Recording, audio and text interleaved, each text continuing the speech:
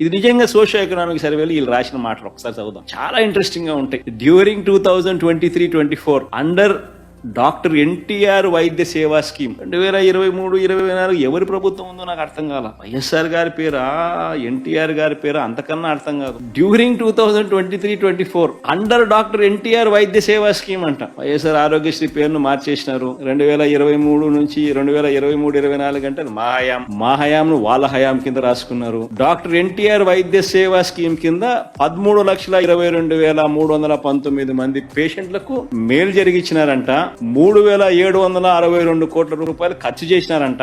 Doctor NTR వైద్య సేవ from 1/4/2023 31/3/2024. ఆ టైంలో ఎవరి ప్రభుత్వం ఉన్నది అంటే వైఎస్ఆర్సీపీ ప్రభుత్వం చేసిన Aarogyasri, doctor YSR Aarogyasri scheme ను 3,700 కోట్ల రూపాయలు ఖర్చు చేసి పేదలకు మంచి చేస్తూ 13,22,000 మందికి కుటుంబాలను నిలబెడుతూ 3,762 కోట్ల రూపాయలు ఖర్చు చేసి మంచి చేస్తే ఆ మంచి ఎక్కడ వైఎస్ఆర్సీపీ ప్రభుత్వానికి వస్తుందేమో అని చెప్పి ఒకవైపున ఆరోగ్యశ్రీని నిర్వీర్యం చేసేశారు. దాన్ని కూడా మళ్ళా డాక్టర్ ఎన్టీఆర్ వైద్య సేవ అని చెప్పి పేరు మార్చి మేము ఖర్చు పెట్టింది కూడా మీరు ఖర్చు పెట్టేట్టుగా రాసుకొని దొంగ పబ్లిసిటీకి, దొంగ అబద్ధాలకు చేస్తా ఉన్నారు అని అంటే మీకన్నా దిక్కుమాలిన ప్రభుత్వం ఏదైనా ఉంటుందని అడుగుతా ఉన్నా.